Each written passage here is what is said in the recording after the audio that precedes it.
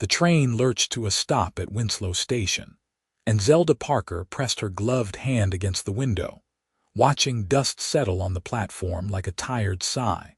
When her eyes locked on the man waiting below, and her heart stopped cold because those hands, those scarred, brutal knuckles that had shattered her mother's jaw 3 years ago, belonged to the stranger she'd traveled 800 miles to marry.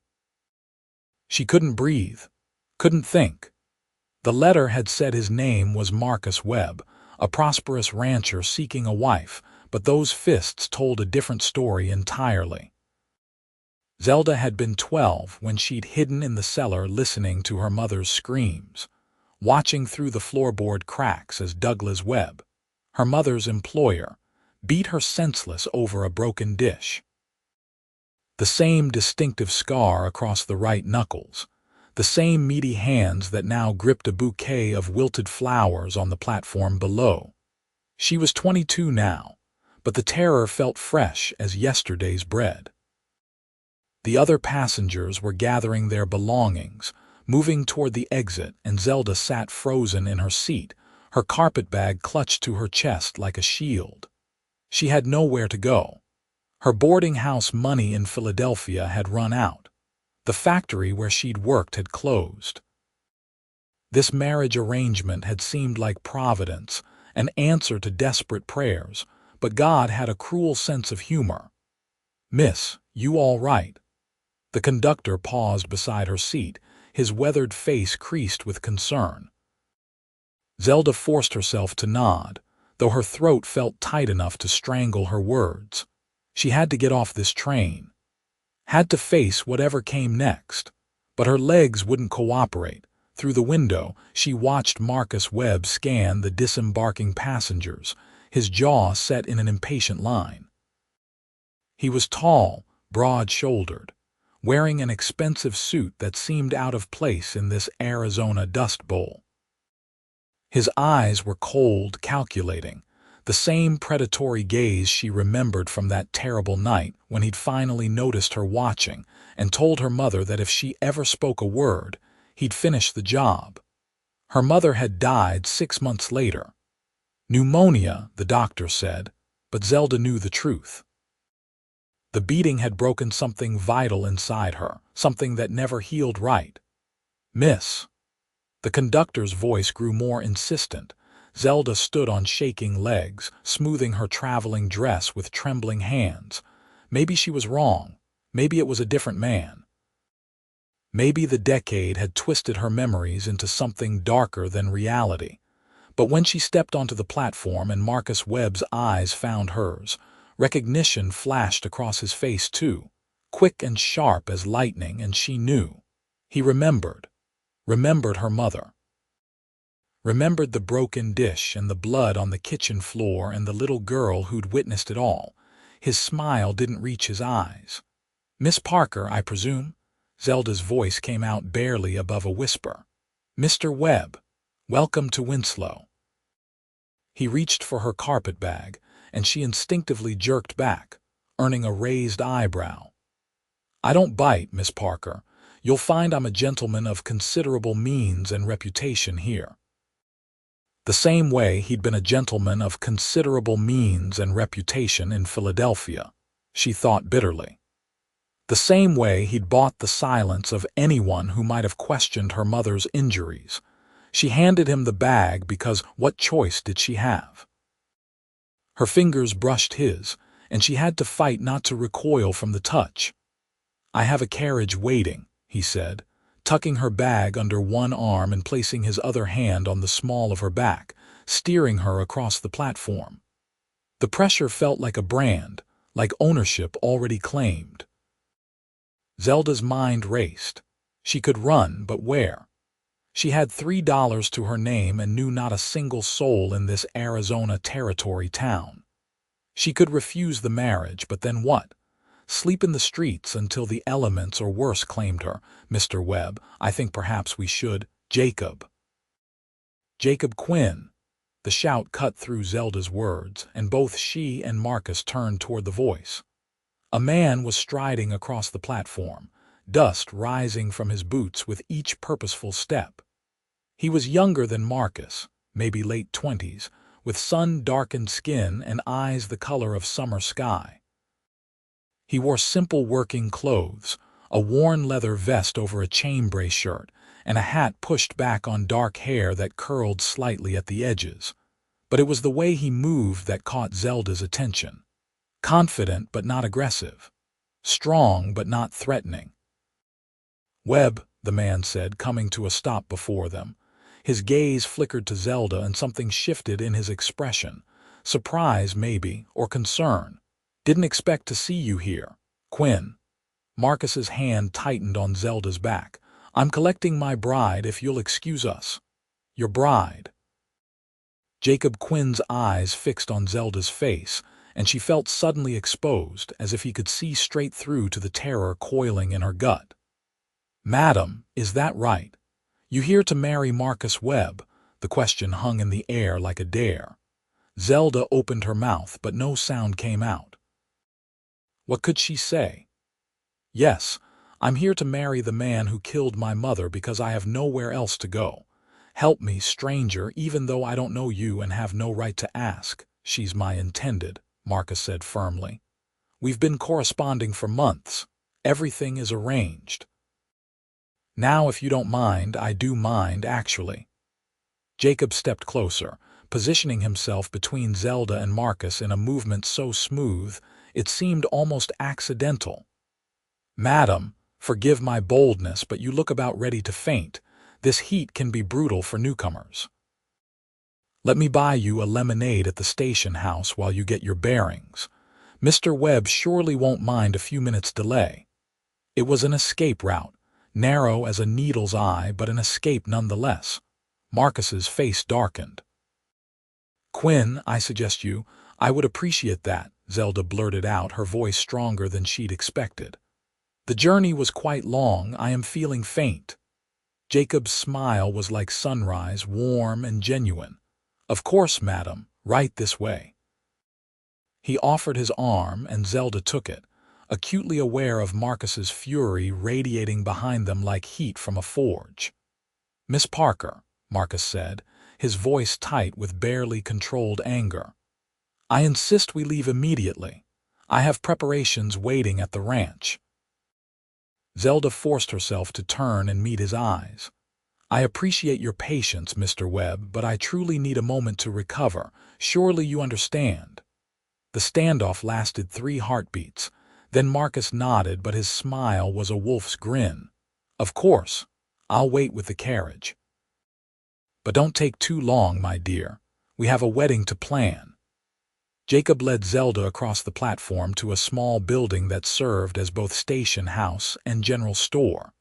Inside, it was marginally cooler, with a fan turning lazy circles overhead. He guided her to a small table in the corner and caught the attention of the woman behind the counter. "2 lemonades, Mrs. Chen, please, and take your time making them." The older woman's shrewd eyes assessed Zelda, then Jacob, then nodded slowly. Very slow, lots of lemons to squeeze. Once they were seated, Jacob removed his hat and studied Zelda with an intensity that should have felt invasive but somehow didn't. "You want to tell me why you look like you've seen a ghost?" Zelda's hands shook as she pulled off her gloves. "I don't know what you mean."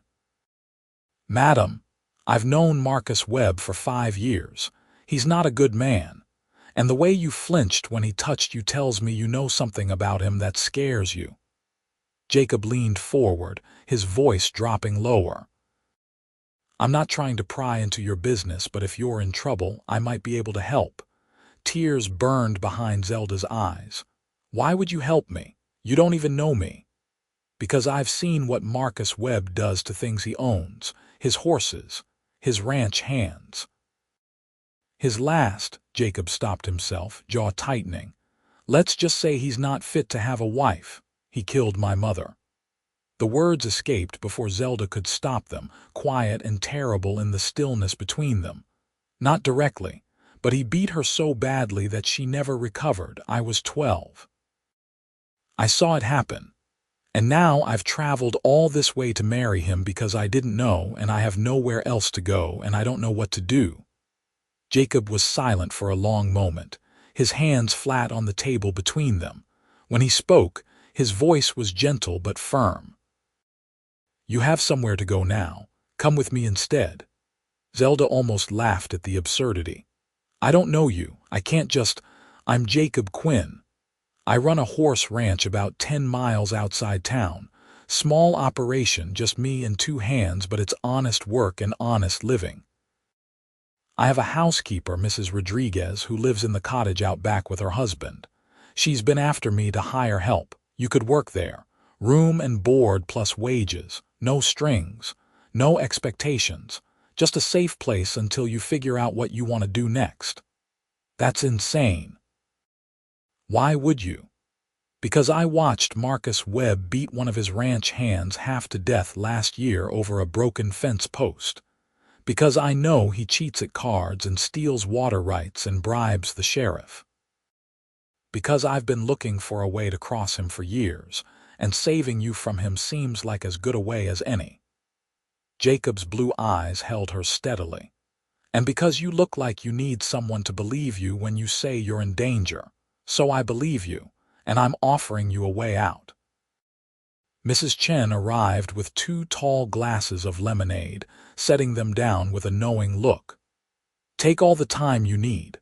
That man outside looks like he's willing to wait." Through the window, Zelda could see Marcus pacing beside his carriage, periodically checking his pocket watch. Her carpetbag sat on the carriage seat. Everything she owned in the world was in that bag. "I need my things," she said softly. Jacob followed her gaze. "I'll get them. You stay here." "He won't just let me worry about that." Jacob stood, settling his hat back on his head. "Mrs. Chen, would you mind staying with Miss Parker while I have a word with Mr. Webb?" "Be my pleasure," the older woman said, moving to sit in Jacob's vacated chair. Her hand disappeared into her apron pocket, and Zelda glimpsed the handle of a small pistol. "Any trouble, you just holler." Zelda watched through the window as Jacob approached Marcus. She couldn't hear the conversation, but she could read the body language. Jacob calm and steady. Marcus increasingly agitated, his hands gesturing sharply. At one point he grabbed for Jacob's shirt, but Jacob sidestepped smoothly, never losing his composure. Then Jacob picked up Zelda's carpetbag, and Marcus lunged forward, fist raised. Jacob caught his wrist mid-swing, holding it frozen in the air between them. The 2 men stood locked like that for several seconds, and even from this distance, Zelda could see the strain in Marcus's face as he tried to break free. Jacob said something, low and intense, then released him and stepped back. Marcus's face was purple with rage, but he didn't pursue.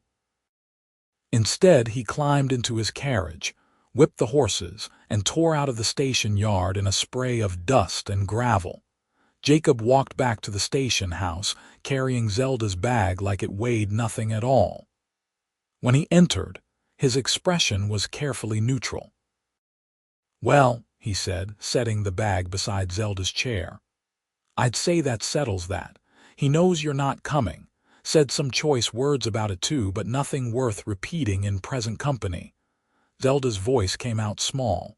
"He'll make trouble for you. He makes trouble for everyone." "I'm not worried." Jacob sat back down, taking a long drink of his lemonade.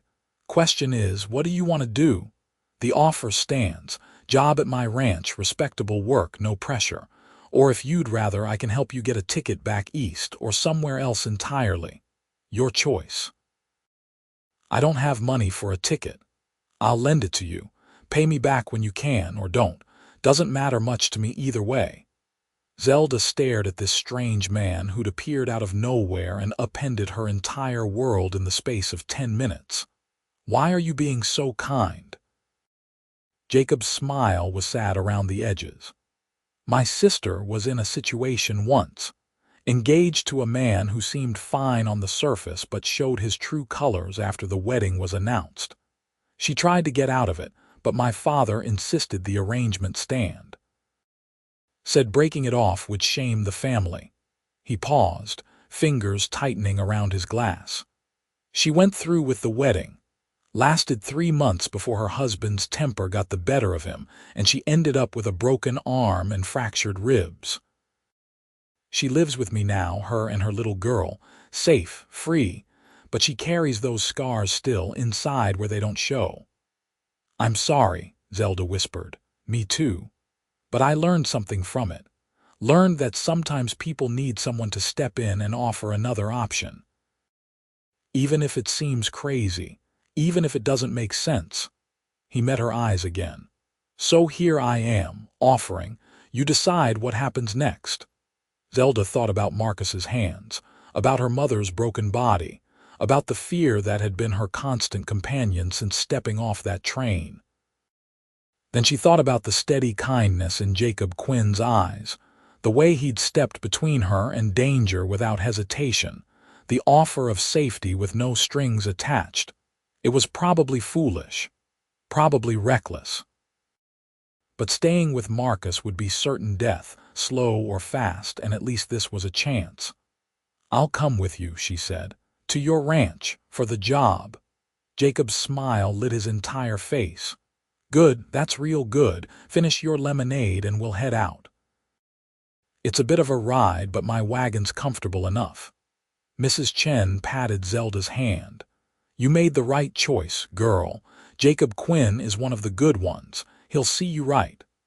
They finished their drinks while Jacob arranged for supplies he'd come to town to collect.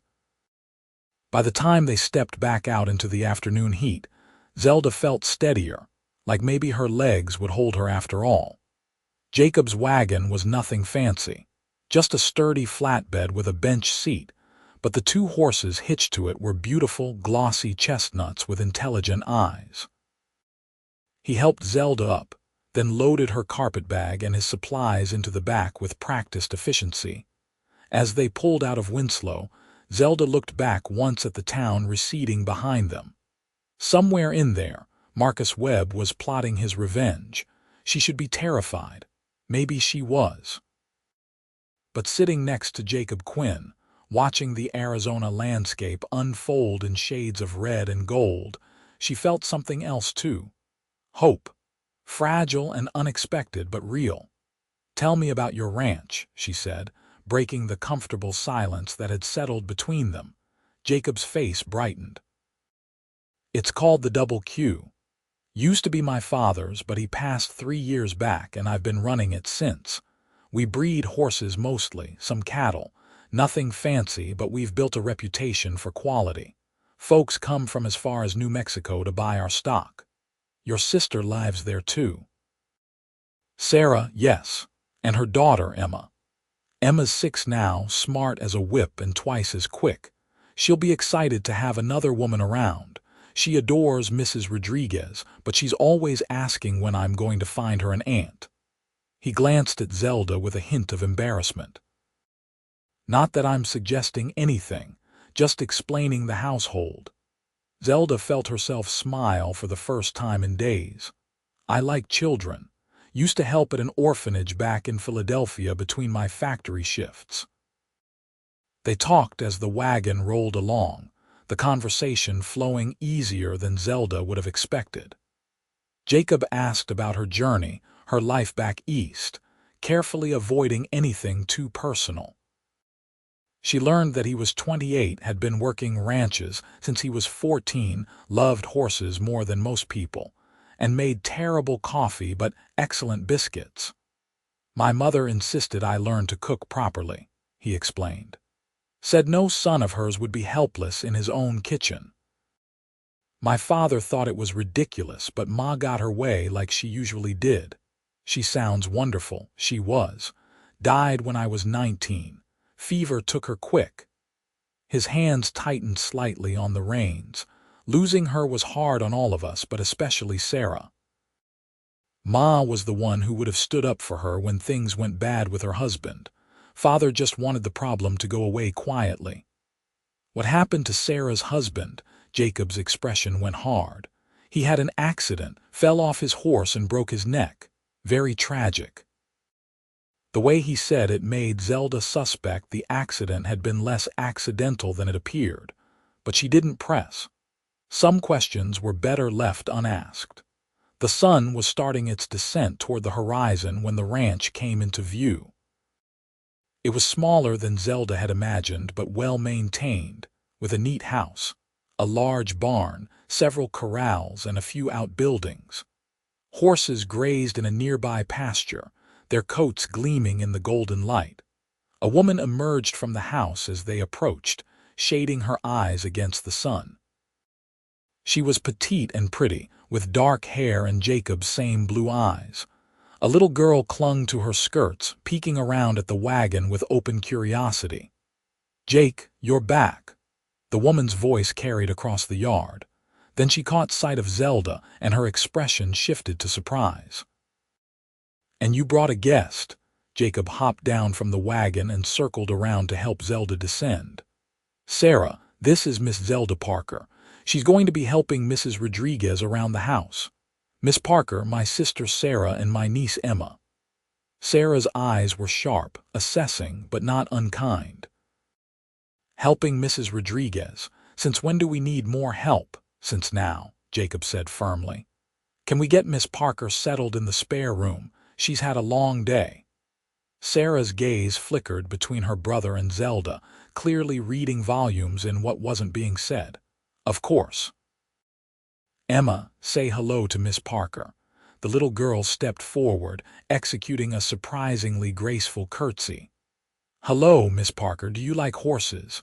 Zelda couldn't help but smile. "I don't know much about them, but I'd like to learn. Uncle Jake can teach you. He knows everything about horses. He even delivered a foal once when Mrs. Rodriguez said it was too dangerous and he should wait for the doctor.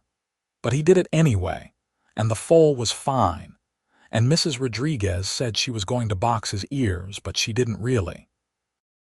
All of this came out in a breathless rush that left Emma's cheeks pink and her eyes sparkling. "Emma, breathe," Sarah said with gentle amusement. "Come on, Miss Parker. I'll show you to your room. Jake, bring her bag." The house interior was clean and comfortable, furnished simply but with obvious care. Sarah led Zelda up a narrow staircase to a small bedroom with a window overlooking the pastures. It held a bed, a dresser, a washstand, and a braided rug, but it felt like luxury compared to the boarding house Zelda had left behind. "It's not much," Sarah said, setting a pitcher of water on the washstand. "But it's private and quiet. Bathroom is downstairs, shared with everyone. Meals are family style in the kitchen." "It's perfect," Zelda said honestly. "Thank you." Sarah studied her for a long moment. "My brother doesn't usually bring home strays. You must have made quite an impression, or you must have been in quite a situation." "Both, maybe." "Well, you're safe here. Jake's the best man I know, even if he can be stubborn as a mule sometimes. And Mrs. Rodriguez runs a tight ship, but she's fair." Sarah paused at the door. "Whatever you're running from, it won't find you here. Jake won't let it." After Sarah left, Zelda sank onto the bed, suddenly exhausted. The events of the day crashed over her like a wave. This morning she'd been on a train, headed toward what she'd thought was a new life. Now she was in a stranger's house, having fled an engagement to the man who'd killed her mother, dependent on the kindness of a cowboy she'd met mere hours ago. It was insane. All of it. But the bed was soft, and the room smelled like clean linens and sage, and through the window she could see horses grazing peacefully in the failing light. For the first time in months, maybe years, Zelda felt something that might have been peace. A knock on the door frame made her look up. Jacob stood there, her carpetbag in hand, his expression uncertain. "Mind if I come in? Door stays open, of course." "Of course." He set her bag on the dresser, then leaned against the door frame, hands in his pockets. "I wanted to make sure you're all right. Today was a lot." "That's an understatement." "Yeah," he smiled ruefully. Look, I know this is all happening fast, and I know you don't have any reason to trust me, but I want you to know that you're safe here. The job offer is real. Mrs. Rodriguez genuinely does need help, especially with the garden and the preserving. She's getting older, and it's getting harder for her to do everything herself. You'll earn your keep, and you'll have money of your own, and when you decide what you want to do next, you'll have options. What if Marcus comes here? Jacob's expression hardened. Let him try. This is my land. He's not welcome on it, and I've made that clear before. He knows if he shows his face here, he'll regret it. I don't want to bring trouble to your family. You didn't bring it. Marcus Webb is trouble all on his own. You're just the latest person he's tried to hurt. Jacob straightened. Get some rest. Dinner's in about an hour if you're hungry. If not, that's fine too. Mrs. Rodriguez will be here first thing tomorrow to show you the ropes, but tonight just settle in. He turned to leave, then paused. And Zelda, I'm glad you're here. I know that's probably strange to say, but I am. You made a brave choice today. After he left, Zelda unpacked her meager belongings, hung her spare dress in the small closet, and washed the train dust from her face and hands. The woman in the washstand mirror looked different somehow. Still scared, still uncertain, but not quite as lost. She went down to dinner when the bell rang, finding the kitchen full of warm light and good smells. Sarah and Emma were setting the table while Jacob stirred something on the stove that made Zelda's stomach growl. Miss Parker. Emma rushed over, grabbing Zelda's hand. You have to sit next to me. I want to tell you about all our horses. We have 12 horses, and they all have names, and Uncle Jake says I can have my own pony when I'm 7 if I'm very responsible. Dinner was stew, thick and hearty, with fresh bread and butter. The conversation flowed around Zelda like a warm current, Sarah and Jacob trading comfortable sibling barbs, while Emma provided enthusiastic commentary on everything from the new calf in the barn to the hawk she'd seen that morning. It felt like family. Not the broken, painful family Zelda had known, but something else, something whole and healthy and real. After dinner, she helped Sarah with the dishes while Jacob took Emma out to check on the horses one last time before bed. He's been lonely, Sarah said quietly, scrubbing a pot. Won't admit it, of course. But running this ranch, taking care of me and Emma, he doesn't leave much time for himself, doesn't go into town much except for supplies, doesn't court anyone, just works from dawn to dusk and pretends that's enough. He seems content, Zelda offered. He's good at seeming. Sarah rinsed the pot and set it to dry. But I've been thinking lately that he deserves more than just work and responsibility. He deserves someone who sees him for who he is, someone who appreciates what he offers. Zelda didn't know what to say to that, so she focused on drying the dishes, stacking them carefully in the cupboard. That night, lying in her small room with the window open to let in the cool desert air, Zelda thought about Jacob Quinn. About the way he'd stepped between her and Marcus without hesitation, about the gentleness in his hands when he'd helped her from the wagon, about the sadness in his eyes when he'd spoken of his sister's suffering. He was handsome, certainly. But more than that, he was kind. Genuinely, deeply kind in a way that seemed rare as gold in Zelda's experience. Don't be foolish, she told herself. He offered you a job, not a romance. He doesn't see you that way, and even if he did, you're in no position to think about such things. You just escaped one disaster. Don't go courting another. But as she drifted off to sleep, it was Jacob's steady blue eyes she saw behind her closed lids, and the memory of his voice saying, "Come with me instead," that followed her into dreams. The next morning, Zelda woke to roosters crowing and the smell of coffee drifting up from downstairs. She dressed quickly in her work dress and made her way to the kitchen, where she found a round woman with silver-streaked black hair rolling out biscuit dough. "You must be Miss Parker," the woman said in accented English, not looking up from her work. "I am Consuelo Rodriguez. Jacob tells me you will help with the household." "Yes, madam. I'm happy to help however I can." Mrs. Rodriguez finally looked up, her dark eyes sharp and assessing. "You know how to preserve vegetables, make jam, keep a garden." "I've done some gardening. I worked in a factory mostly, but before that I helped my mother with a household." "Factory?" Mrs. Rodriguez sniffed. "Well, you will learn proper work here. The garden is large. The preserving season starts soon. There is much to do." She pointed to a bowl. "First, you help me finish breakfast, mix those eggs, 6 of them." Zelda fell into the work gratefully, finding comfort in the familiar rhythms of cooking.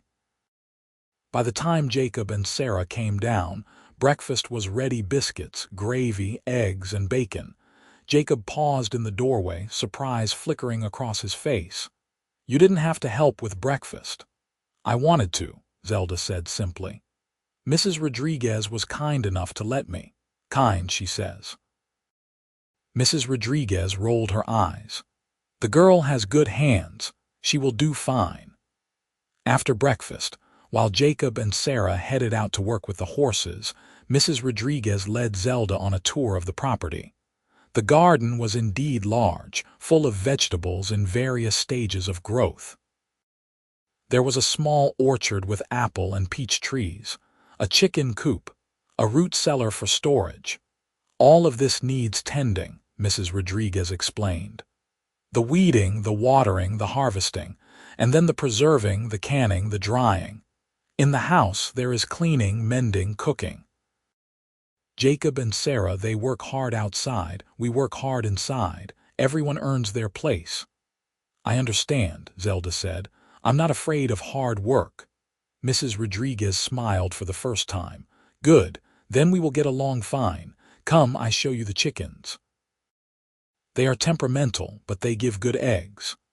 The days fell into a pattern. Zelda rose early, helped with breakfast, then spent her mornings in the garden or helping Mrs. Rodriguez with household tasks.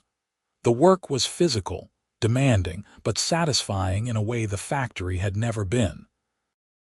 She could see the results of her labor: weeded rows, clean floors, fresh bread cooling on the counter. Afternoons, if her work was done, she was free to explore the ranch or rest. Often she found herself drawn to the corrals where Jacob worked with the horses. He had a way with them, patient and firm, that was mesmerizing to watch. "Want to learn?" he asked one afternoon, catching her watching. "I could teach you some basics. I wouldn't want to interrupt your work." "You're not. Come on." He beckoned her into the corral where a young mare stood, tossing her head. "This is Juniper. She's green broke, which means she's just learning. Figured she and you could learn together." Over the following weeks, Jacob taught Zelda about horses, how to approach them, how to read their body language, how to curry and brush them, check their hooves, saddle them properly. Juniper proved to be a good teacher too, patient with Zelda's inexperienced hands. And as Zelda learned about horses, she learned about Jacob. Learned that he sang to the animals when he thought no one was listening. Learned that he had a scar on his shoulder from a bull that had gored him when he was 19. Learned that he genuinely loved this life, this land, these animals, with a passion that was palpable. She learned, too, that he was watching her.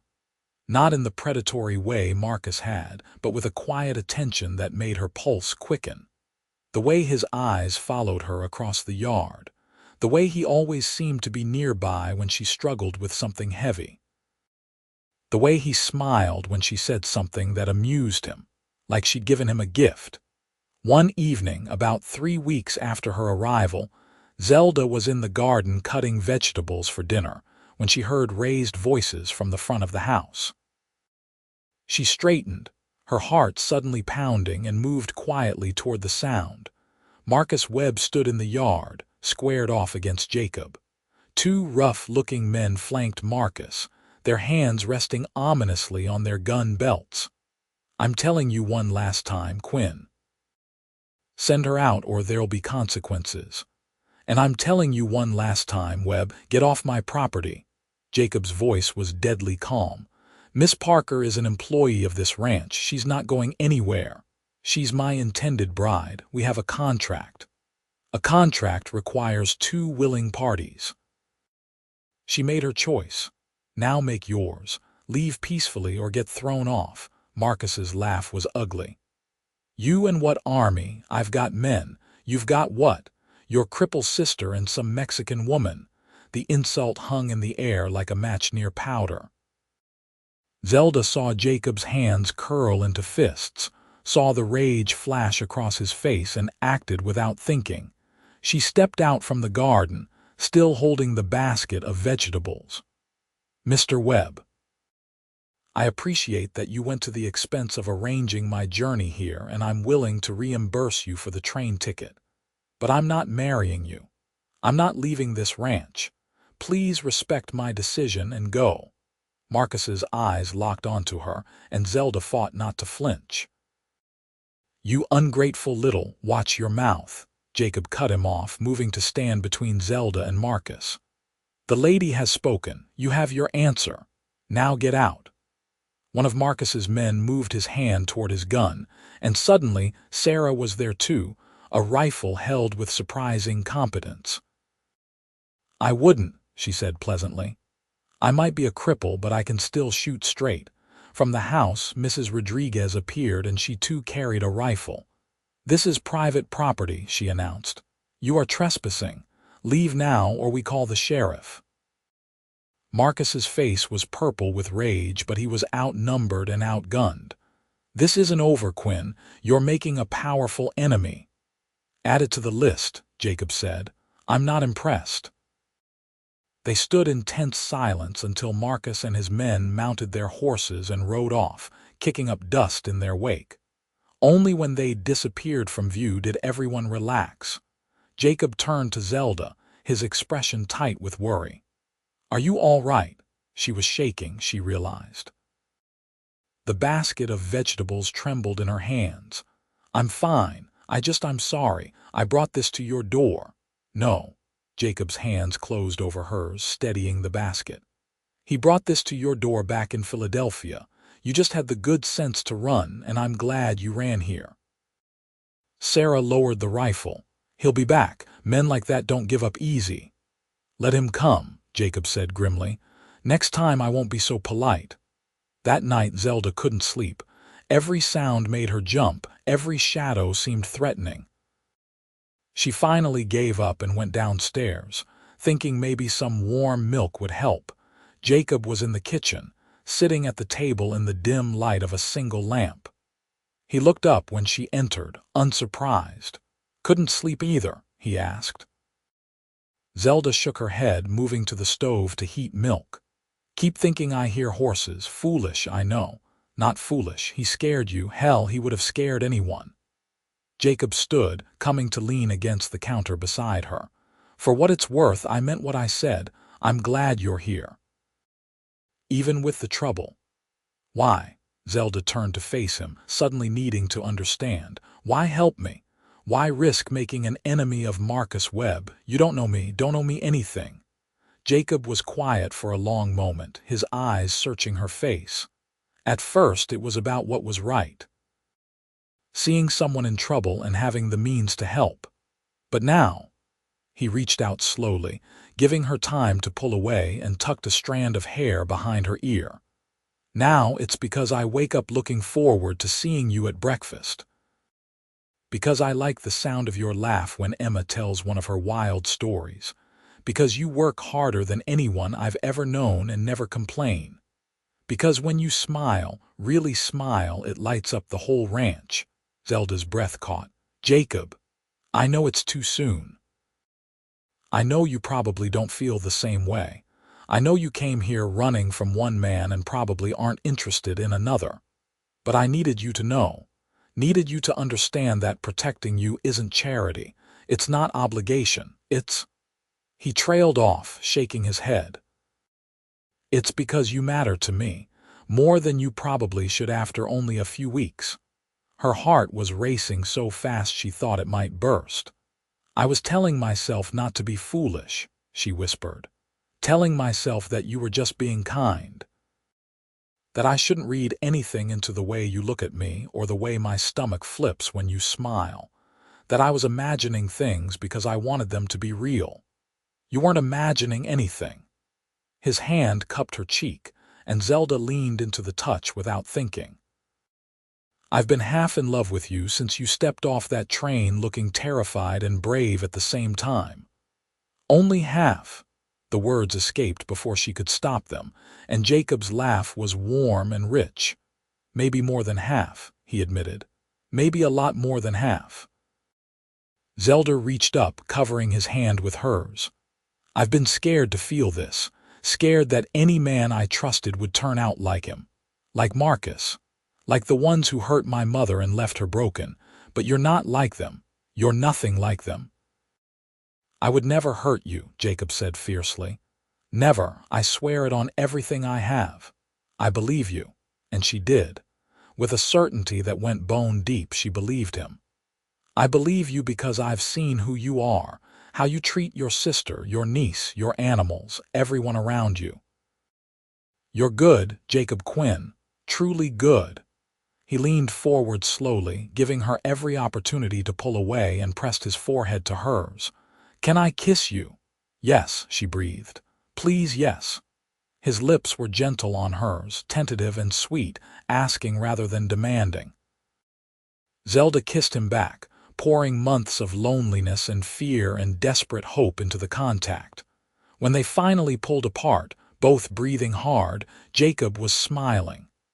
"I've been wanting to do that for weeks," he admitted. "I've been wanting you to."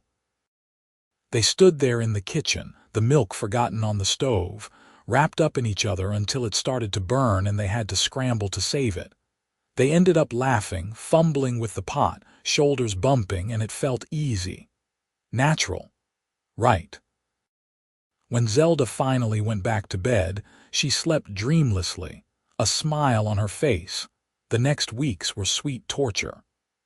Jacob courted her properly, despite the fact that they lived under the same roof.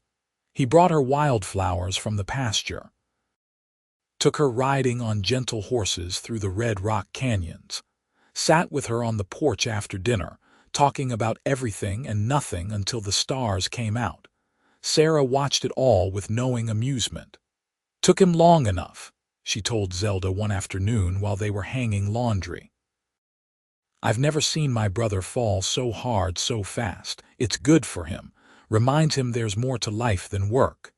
"He works so hard," Zelda agreed.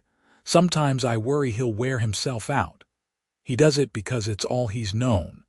Our father was the same way, all business, all duty, no softness. Jake learned from him, but you're teaching him something different, teaching him it's okay to want things for himself." Sarah pinned up a sheet. "He's happier than I've seen him in years. Thank you for that. I'm not doing anything special. You're being yourself. For Jake, that's everything." But happiness felt fragile with Marcus Webb's threat hanging over them.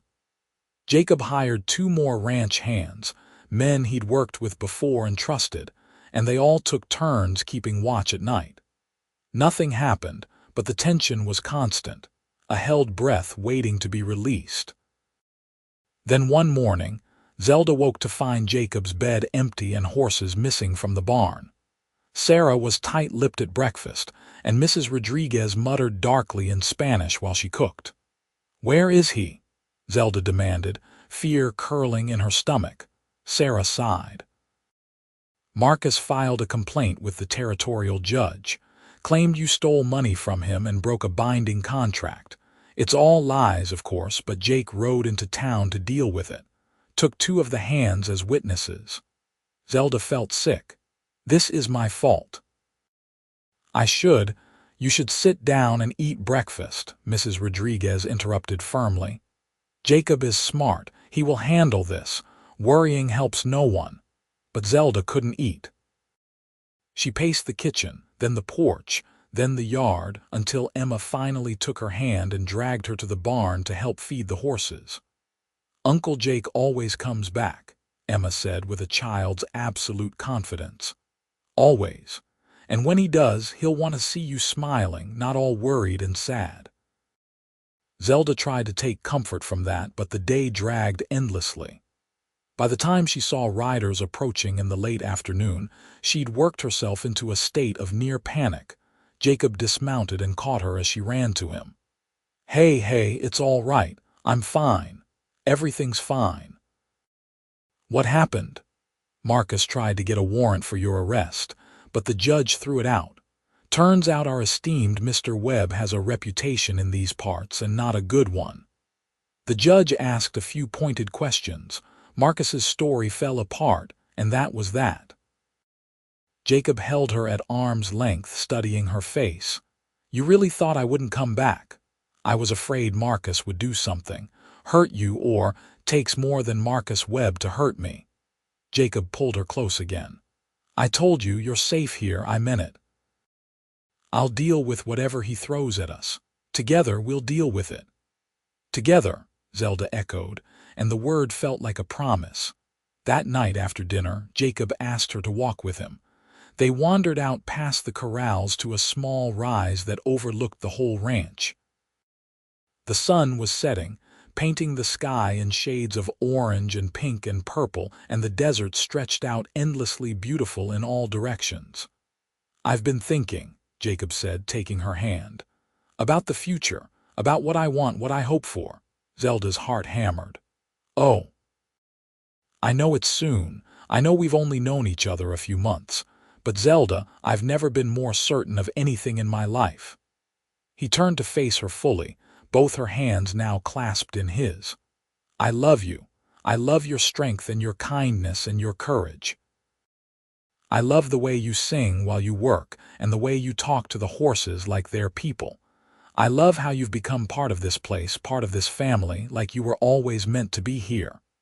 Tears pricked Zelda's eyes. I love you too, she whispered. So much it scares me sometimes. Don't be scared. Jacob reached into his pocket and pulled out a simple gold ring. Be my wife instead. Not because you need protection or a home, but because we choose each other, because we want to build a life together. The ring gleamed in the dying light, beautiful in its simplicity. Zelda looked from it to Jacob's face, seeing hope and love and absolute certainty there. Yes, she said, laughing through tears. Yes, of course, yes. Jacob slid the ring onto her finger. It fit perfectly, and then he was kissing her, deep and passionate and full of promise. When they finally pulled apart, both grinning like fools, the sun had set and stars were beginning to appear overhead. They walked back to the house hand in hand, and when they announced the engagement, Sarah whooped and Emma danced around them in circles and misses. Rodriguez muttered something about finally, gracias a Dios, and opened a bottle of wine she'd been saving. When? Sarah asked, hugging Zelda tight. When's the wedding? Soon, Jacob said, his arm around Zelda's waist. No reason to wait unless you want a big ceremony. Zelda shook her head. Small is perfect, just family, just us. 2 weeks then, Jacob decided. That'll give us time to arrange things with the preacher and get a dress made, and I don't need a fancy dress, Zelda interrupted. I just need you. His smile was brilliant. Well, you've got me. For the rest of our lives, you've got me. The next 2 weeks passed in a blur of preparation. Sarah helped Zelda alter one of her own dresses, a simple but beautiful blue cotton that brought out Zelda's eyes. Mrs. Rodriguez cooked up a storm, preparing food for the celebration. Jacob cleaned up the house until it shone, built a new arbor for the ceremony, and was generally useless with happiness. Marcus Webb made one more attempt at interference, showing up drunk at the ranch 3 days before the wedding with accusations and threats. Jacob had him physically removed from the property and warned that next time there would be legal consequences. The territorial marshal, having heard about the situation, paid Marcus a visit and made it clear that any further harassment would result in jail time. After that, Marcus seemed to give up. Or at least, he stopped coming around. The wedding day dawned clear and perfect, the sky that brilliant blue that only Arizona seemed to achieve. They held the ceremony in the yard under the arbor Jacob had built, with Sarah and the ranch hands as witnesses and Emma as flower girl. Preacher Morrison, who'd known Jacob since he was a boy, kept the ceremony short and sweet. When he pronounced them husband and wife, Jacob kissed Zelda with such joy that everyone cheered.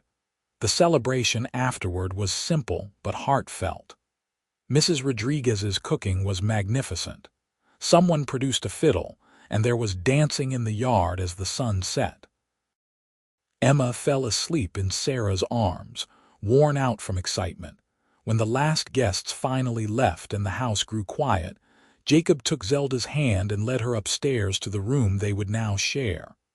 Someone, probably Sarah, had decorated it with wildflowers and fresh linens. Nervous? Jacob asked softly, closing the door behind them. Zelda shook her head. She'd been nervous before, facing the prospect of marrying Marcus. But this was different. This was right. "Happy," she said. "I'm happy." "Me too." He pulled her close, kissing her forehead, her cheeks, her lips. "So incredibly happy." They undressed each other slowly in the lamplight, learning the geography of each other's bodies with gentle hands and soft words. When Jacob finally made love to her, it was with a tenderness that brought tears to Zelda's eyes. This was what it was supposed to be like, she thought. Two people choosing each other, loving each other, creating something beautiful together. Afterward, they lay tangled together, Zelda's head on Jacob's chest, listening to his heartbeat. "I was thinking," Jacob said, stroking her hair. "If you wanted, we could expand the garden next year, maybe even start selling produce in town. You've got a real gift for growing things." "I'd like that," Zelda murmured, already half asleep. "I'd like building something with you." "We'll build a whole life together," Jacob promised. "Whatever you want. Whatever makes you happy." Zelda tilted her head up to kiss him. "I've got what makes me happy right here." The first year of their marriage was full of hard work and simple joys. They expanded the garden as planned, and Zelda's vegetables became popular at the Winslow market. Jacob's horse breeding business continued to grow. Sarah met a kind widower in town, a shopkeeper named Thomas who courted her with patient determination until she finally said yes to his proposal. "Looks like I'm following your lead," Sarah told Zelda the day she announced her engagement. Finding a good man who sees past the scars to the person underneath. They had a double celebration when Sarah married Thomas' wedding and moving day combined, as she and Emma prepared to move into his house in town. Emma was torn between excitement about having a real father and sadness about leaving the ranch. "You can visit any time," Jacob assured her, "and who knows, maybe soon you'll have a cousin to play with here." Emma's eyes went wide. "Is Aunt Zelda having a baby?" Zelda blushed. "Not yet, sweetheart, but maybe someday soon." It turned out someday came sooner than expected. 3 months after Sarah's wedding, Zelda realized she'd missed her monthly courses. Mrs. Rodriguez took one look at her face and started brewing ginger tea for the morning sickness. "You are glowing," the older woman announced. "This is good. The ranch needs babies, needs new life." When Zelda told Jacob, he picked her up and spun her around until she was dizzy and laughing and begging him to stop. "A baby," he kept saying, wonder in his voice. "We're having a baby." "Are you happy?" Zelda asked, though his expression made the answer obvious. Happy doesn't begin to cover it. He placed his hand gently on her still flat stomach. "You've given me everything, Zelda, everything I didn't even know I wanted." The pregnancy was relatively easy, though the Arizona summer heat was brutal. Jacob treated her like she was made of spun glass, driving her crazy with his constant fussing, until she finally had to sit him down and explain that she was growing a baby, not dying of consumption. "I just want to keep you safe," he protested. "I am safe, the safest I've ever been." She took his face in her hands. "Because I have you. So trust me when I say I'm fine and let me keep working in the garden before I go mad from boredom." He relented, but she still caught him watching her with protective concern whenever she did anything more strenuous than sitting down. Their son was born on a freezing February night, making his entrance into the world with lusty cries that woke the whole household. Jacob held Zelda's hand through the whole labor, whispering encouragement and love, and when the midwife finally placed the baby in Zelda's arms, there were tears streaming down his face. "He's perfect," Jacob breathed. "Absolutely perfect." They named him James after Jacob's father, with the middle name Parker to honor Zelda's mother. Jamie, as they called him, had Jacob's blue eyes and Zelda's dark hair, and from the moment he arrived, he owned their hearts completely. Sarah and Emma visited constantly, Emma beside herself with joy at finally having a cousin. "Can I hold him? Can I feed him? Can I teach him things? When he's bigger," Zelda promised, watching Emma's gentle fascination with the baby. "Right now, he mostly just eats and sleeps." "That's okay," Emma said seriously. "I'll wait. I'm very patient." The years that followed were full and rich. Jamie grew into a sturdy, cheerful toddler who followed his father everywhere, fascinated by the horses. When he was 3, Zelda became pregnant again, and their daughter Rachel was born in the spring, arriving with considerably less drama than her brother. Jacob proved to be an extraordinary father, patient and playful, teaching his children about the land and the animals with the same gentle attention he'd once taught Zelda. Watching him with Jamie and Rachel, Zelda's heart felt almost too full to contain. The ranch prospered. Their horses gained a reputation throughout the territory. Zelda's garden produced bountifully, and she started teaching other women in town about preserving and growing techniques. She and Jacob became pillars of the community, known for their fairness and generosity. Marcus Webb died when Jamie was 5, kicked in the head by one of his own horses, according to the reports. Zelda felt nothing when she heard the news except relief that he could never threaten her family again. By the time Jamie was 10 and Rachel was 7, the Double Q Ranch had tripled in size. They'd built on additions to the house, hired more help, and established themselves as one of the most successful operations in Arizona territory. One evening, as they sat on the porch watching the sunset, a ritual they'd maintained throughout their marriage, Jacob pulled Zelda close. "Do you ever think about that day at the train station?" he asked. "Wonder what would have happened if I hadn't been there?" Zelda shuddered. "I try not to. It scares me to think about." "I think about it sometimes," Jacob admitted. "Think about how easily I might have missed you. If I'd come to town a day earlier or later, if I'd been in a different part of the station. All the little chances that had to line up perfectly for us to find each other." "Fate," Zelda said softly, "or providence, or just dumb luck. Whatever it was, I'm grateful for it every single day." "Me too." Jacob kissed the top of her head. "You know what I'm most grateful for, though? Not just that I found you, but that you were brave enough to take a chance on me. A stranger offering you an escape that must have seemed crazy." "It was crazy," Zelda agreed, smiling. "But it was also the best decision I ever made. Because you kept every promise you made that day, Jacob. You gave me safety and work and a chance to choose my own path. And then you gave me so much more."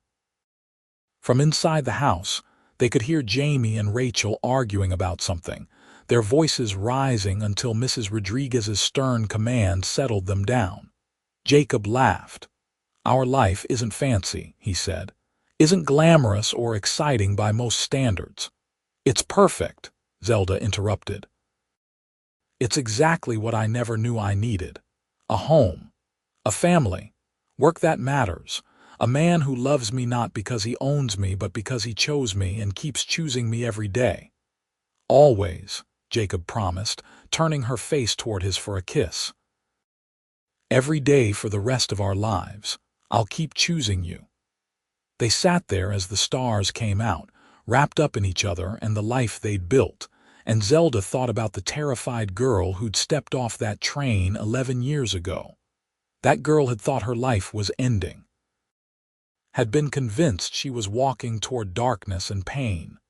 But instead, she'd found light, found love, found a man who'd looked at her fear and offered his hand, asking nothing, giving everything. "Thank you," she whispered against Jacob's shoulder. "For what? For seeing me, for saving me, for loving me." Jacob's arms tightened around her. "Thank you for letting me. Thank you for being brave enough to come with me instead." The years continued to pass in a rhythm of seasons and celebrations. They added a third child to their family when Zelda was 33. Another boy they named Thomas after Sarah's husband, who'd become like a brother to Jacob. Young Thomas was quieter than his siblings, thoughtful and artistic, preferring to sketch the horses rather than ride them in his early years. Jamie grew tall and strong like his father, taking naturally to ranch work. He had Jacob's way with animals and Zelda's practical wisdom, and by the time he was 15, he was running half the operation himself. Rachel was spirited and clever, learning to ride almost before she could walk, refusing to be left behind when her brother went out to work the cattle. Emma married a lawyer from Flagstaff and had 4 children of her own. Sarah and Thomas remained happily married, their house in Winslow always open to family gatherings that grew larger and louder as the years went on. Mrs. Rodriguez finally retired at 70, though she still came by regularly to check on things and make sure the new housekeeper was doing everything properly. Jacob's hair started showing silver at the temples when he turned 40, but he remained strong and vital, still working the ranch from dawn to dusk. Zelda found her own silver threads and laugh lines around her eyes, marks of a life well lived. "We're getting old," she told Jacob one morning, studying their reflection in the bedroom mirror. "We're getting lucky," he corrected, wrapping his arms around her waist from behind. "Every gray hair is a year we got to spend together. Every wrinkle is from smiling at something wonderful. I'll take that trade any day." When Arizona achieved statehood in 1912, they celebrated with the whole territory. Jamie was 23 by then, courting a sweet girl named Anna from a neighboring ranch. Rachel, at 20, had surprised everyone by taking an interest in the business side of ranching, keeping meticulous books and negotiating contracts with a shrewd mind for numbers. "She gets that from you," Jacob told Zelda.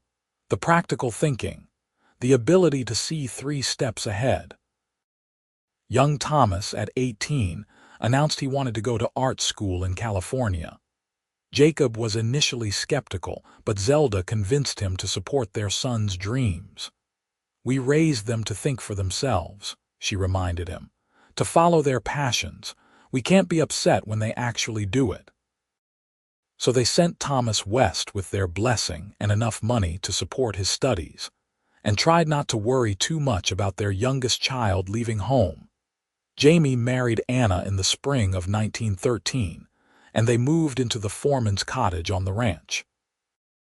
Their first child, a daughter they named Zelda, was born the following year, making Jacob and Zelda grandparents for the first time. "Look at her," Jacob whispered, holding the tiny baby with the same awe he'd shown when holding his own children. "She has your eyes." "She has her own eyes," Zelda corrected gently, but she was smiling. "She's her own person, just like we raised Jamie to be." Rachel married at 25, choosing a man from Winslow who shared her head for business. They stayed on the ranch too, building their own house on the property, and their twins, two boys, arrived with characteristic dramatic timing during a thunderstorm. Thomas graduated from art school with honors and moved to San Francisco, where his paintings started gaining recognition. He visited when he could, always bringing sketches and stories of city life that seemed impossibly exotic to his ranch-raised family. Jacob and Zelda's 50th birthday came and went. Then their 60th. The ranch continued to thrive under Jamie's management, though Jacob still insisted on working when his health allowed. Zelda's garden remained her pride and joy, though Rachel's daughter Julia had taken over much of the actual labor. One evening, when they were both 67, Jacob and Zelda sat in their usual spot on the porch, watching their great-grandchildren play in the yard. There were 7 of them now, ranging in age from toddlers to teens, and their laughter filled the air like music. "Did you ever imagine this?" Zelda asked, her hand in Jacob's as it had been for 45 years of marriage. "All of this, from that scared girl on the train platform to this, I imagined something good," Jacob said. "But this exceeds anything I could have dreamed up. A family, a legacy. Generations of kids who'll grow up knowing what it means to work hard and love fiercely and build something that lasts. All because you said come with me instead." Jacob squeezed her hand. "All because you were brave enough to say yes." They sat in comfortable silence, watching the sunset paint the sky in familiar shades of orange and gold. The desert evening was cooling, the first stars appearing overhead. Inside, they could hear the dinner preparations, multiple generations working together to feed the family. "I have no regrets," Zelda said softly. "Not a single one. Every choice we made, every challenge we faced, it all led to this. To a life so full and rich I sometimes can't believe it's really mine." "Ours," Jacob corrected. "It's really ours, every beautiful piece of it." Zelda turned to look at her husband, seeing past the silver hair and weathered skin to the young man who'd offered his hand to a stranger in trouble. The same kindness still shone in his eyes, the same strength, the same love. "I love you, Jacob Quinn," she said, "today and always." "I love you, Zelda Quinn," he replied. "More than words can say, more than time can measure." As the stars came out and the children were called in for dinner, Jacob and Zelda remained on the porch a moment longer, wrapped in each other, and the extraordinary, ordinary miracle of a life built on trust, courage, and love. The years had been kind to them, but more importantly, they'd been kind to each other. Through drought and prosperity, sickness and health, joy and sorrow, they'd kept their promises. They'd chosen each other again and again, day after day, and in the end that choice had made all the difference. When they finally rose to join their family for dinner, Jacob helped Zelda to her feet with the same gentle care he'd shown that first day at the train station. Some things, Zelda thought, some essential things, never changed. Inside, the table was crowded with family. 3 generations gathered together for the evening meal. Conversations overlapped, children laughed. The smell of Mrs. Rodriguez's recipes, now made by her granddaughter, filled the air. Jacob pulled out Zelda's chair, then took his own seat at the head of the table. Someone asked him to say grace, and he did, his voice still strong despite his years. "Lord, we thank you for this food, for this family, for this life you've given us, for second chances and new beginnings, for the courage to choose love over fear, for every day we get to spend together under this roof, on this land, in this life we've built with your grace. Amen." "Amen," the family echoed. As they began to eat, passing dishes and trading stories, Zelda caught Jacob's eye across the table. He winked at her, that same playful gesture that had always made her heart skip, and she smiled back. 45 years of marriage, and he could still make her feel like that girl on the train platform, breathless and hopeful and choosing to be brave. Later that night, as they prepared for bed in the room they'd shared for decades, Jacob pulled Zelda into his arms. "You know what tomorrow is?" he asked. Zelda thought for a moment, then smiled. "The anniversary of the day we met. 45 years since I stepped off that train. 45 years since the best thing that ever happened to me walked into my life." Jacob kissed her forehead. "I thought we could ride out to that spot where I proposed, have a picnic, just the two of us, like old times." "We're not as young as we used to be," Zelda pointed out, though her eyes were sparkling. "Long rides might be harder now. Then we'll take it slow. We've got all the time in the world." The next day dawned clear and beautiful, perfect for their plan. They packed a simple lunch and saddled 2 gentle horses, waving off their family's concerns about their ability to manage the ride. "We've been riding these trails for 45 years, Jacob told Jamie.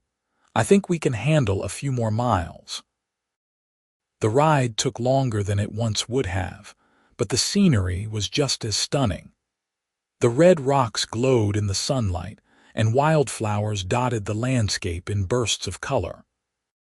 When they reached the rise where Jacob had proposed all those years ago, they dismounted carefully and spread out a blanket. The view was unchanged, eternal. The ranch spread below them, larger now but still recognizably theirs. Beyond it, the desert stretched to distant mountains, vast and beautiful and untamed. "You remember what you said when I proposed?"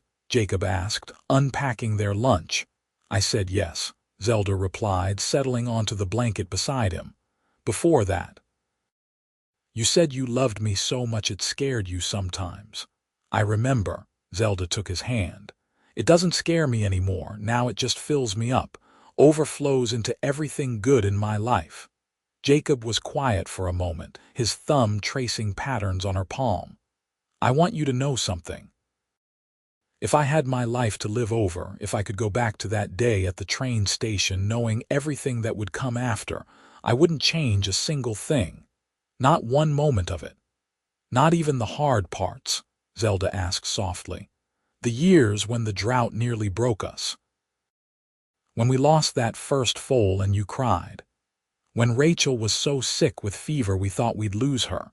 "Not even those," Jacob said firmly. "Because we faced them together. Because they taught us how strong we are, how strong we could be for each other. Every joy was sweeter because we shared it. Every sorrow was bearable because we carried it together." Zelda leaned her head on his shoulder, feeling the solid warmth of him, the steady beat of his heart. "I used to have nightmares, you know, for years after we married. Dreams that I'd wake up and find myself back on that train, heading toward Marcus, and you were just something I'd imagined. You never told me that. I didn't want to worry you, but they stopped eventually. Once I truly believed this was real, that you were real. That love like this could actually exist in the world." They ate their lunch slowly, talking about everything and nothing, watching the clouds drift across the sky. When they were finished, Jacob stood and offered Zelda his hand. "Dance with me," he asked. "There's no music," Zelda pointed out, but she was already standing, already moving into his arms. "There's always music," Jacob said, and he began to hum the tune they danced to at their wedding, slightly off-key but heartfelt. They swayed together on the hilltop, 2 old people dancing in the afternoon sun, and it was as romantic as anything Zelda had ever experienced. More so, maybe, because it was layered with decades of shared history, of promises kept and love renewed. When the dance ended, they stood holding each other, looking out over the life they'd built. "Thank you," Jacob said quietly, "for saying yes, for trusting me, for building this life with me, for every moment of every day we've had together." "Thank you for seeing me," Zelda replied. "For offering me a choice when I thought I had none. For loving me exactly as I am. For being the best man I've ever known." They packed up their picnic and rode slowly back to the ranch, arriving to find the entire family gathered in the yard. Someone had strung up lanterns. Tables were set with food. A banner proclaimed, "Happy Anniversary Jacob and Zelda." "Surprise!" Emma called out, rushing forward to hug them both. "Did you really think we'd let 45 years pass without a proper celebration?" The party went late into the evening, filled with music and dancing and stories from 4 generations. The great-grandchildren performed a play they'd written about how Jacob and Zelda met, complete with a very dramatic recreation of the train station confrontation. "I didn't wear a mustache that big," Jacob protested, laughing. "Yes, you did," Emma insisted. "I remember it very clearly." "You weren't even there." "Details," Emma waved him off.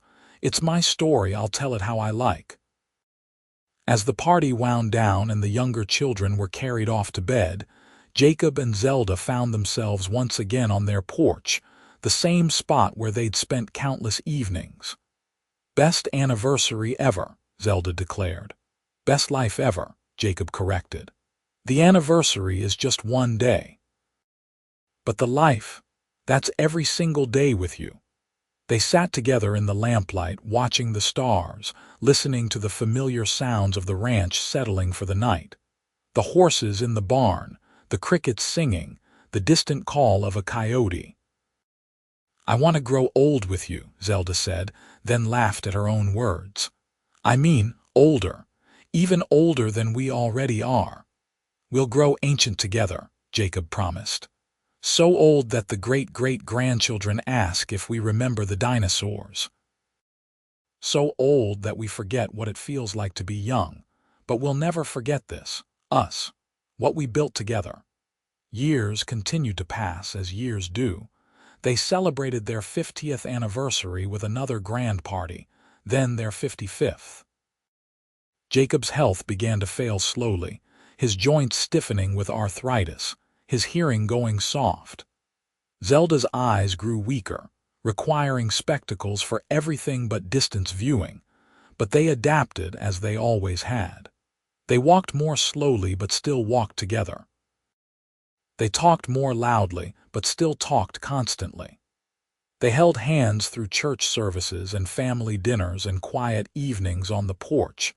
Jamie took over complete management of the ranch, running it with skill and dedication that made Jacob proud.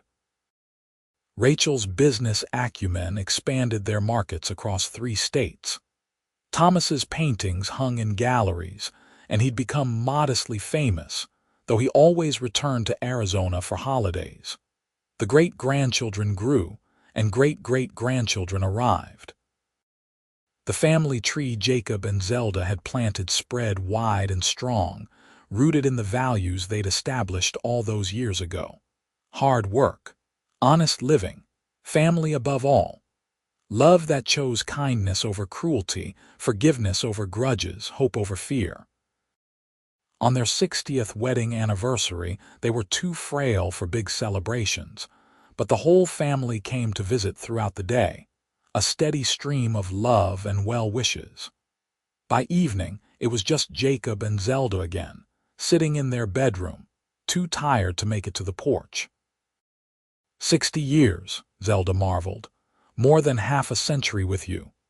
"Best 60 years anyone ever had," Jacob said.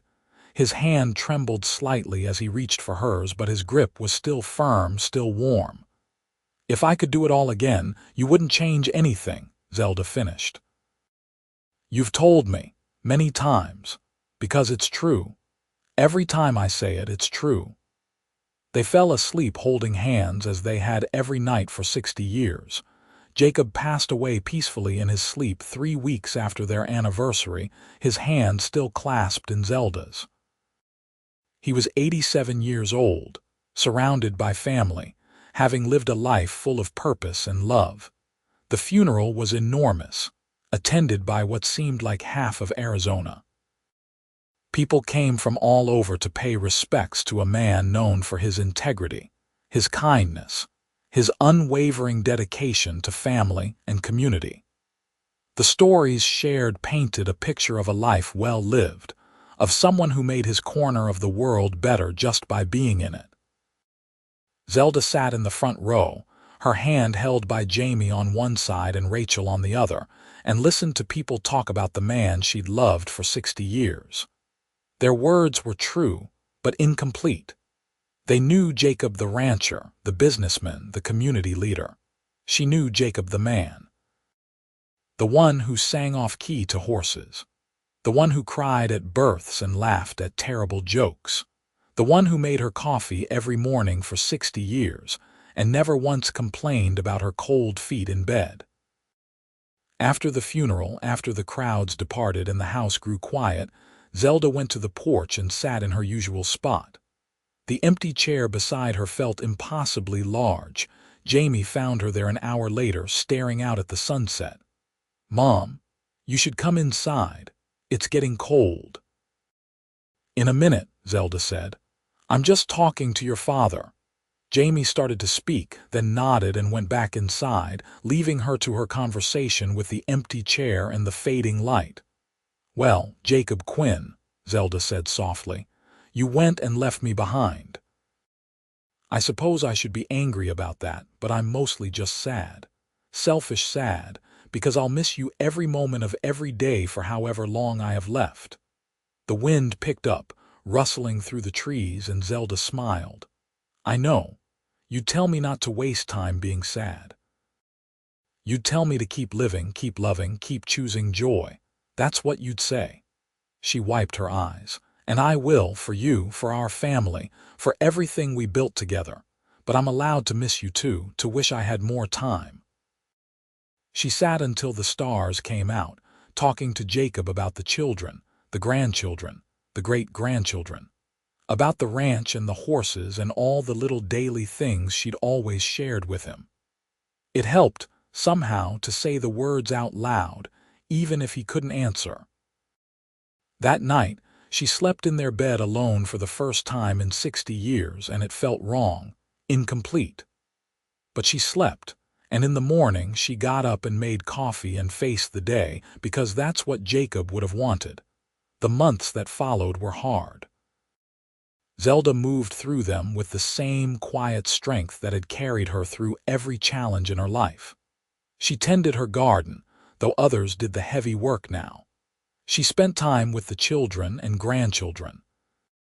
She organized Jacob's papers and made sure his legacy was properly documented. And every evening, she sat on the porch in her usual spot, talking to the empty chair beside her, sharing her day with the man who'd shared his life with her.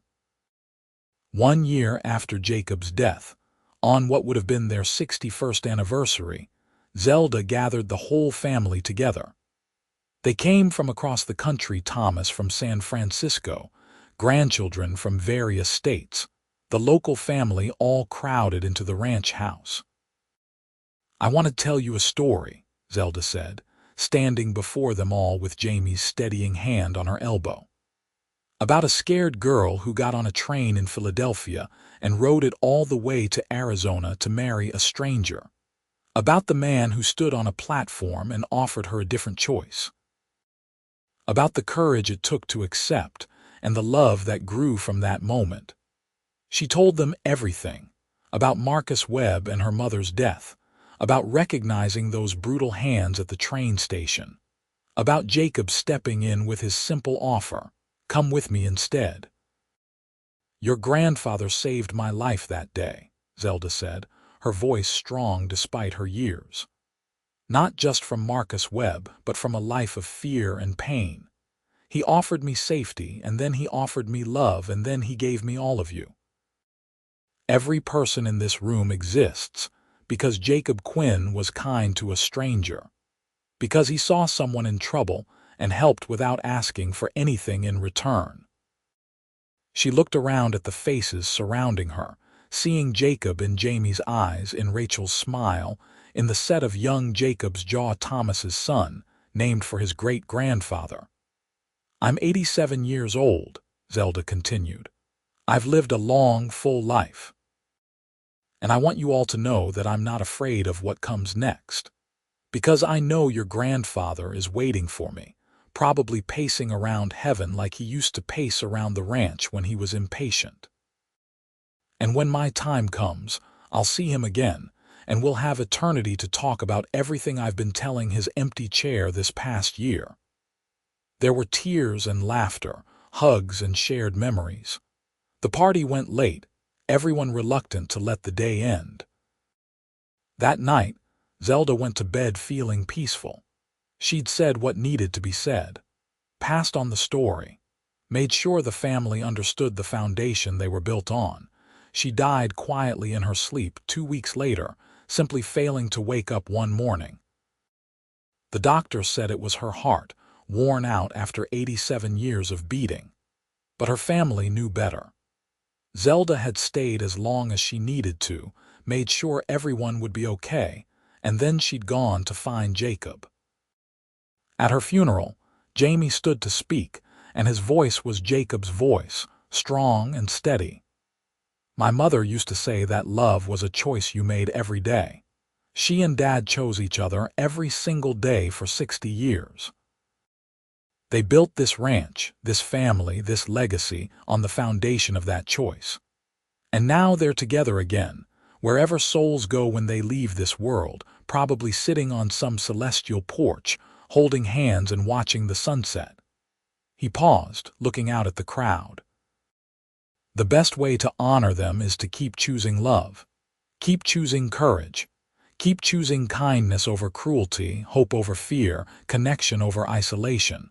That's what they taught us, that's what they lived, and that's what we'll carry forward.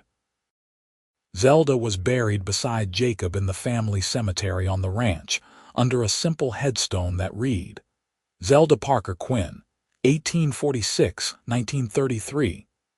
Beloved wife, mother, grandmother, she chose courage. The ranch continued, run by their descendants for generations after. The story of how Jacob and Zelda met became family legend, told and retold at gatherings, embellished slightly with each telling but always maintaining its essential truth. Love can save you. Kindness can change everything. And sometimes the bravest thing you can do is say yes when someone offers you a different path. In a box in the ranch house, preserved carefully through the years, sits a simple gold ring, a bundle of letters written between Philadelphia and Arizona, and a train ticket dated May 1873. Artifacts of the day one woman's life changed forever, when a cowboy on a platform said, "Come with me instead," and she was brave enough to agree. The end of their story, but also the beginning of everything that came after. Generations of love and life and laughter, all springing from one moment of courage, one act of kindness, one choice to believe in the possibility of something better. And if sometimes, on quiet evenings, the current occupants of the ranch house swear they can see two figures sitting on the porch, hands clasped, watching the sunset together, well, love like that doesn't die. It just changes form, becoming part of the land, the air, the very bones of the place it created. Jacob and Zelda Quinn. Their love story ended, but their love remains, woven into every corner of the Double Q Ranch, living on in every descendant who chooses courage, who offers kindness, who believes in the transforming power of love freely given and gratefully received. And somewhere in whatever comes after this life, they're together still, talking and laughing and choosing each other as they always did, as they always will, forever and always, world without end.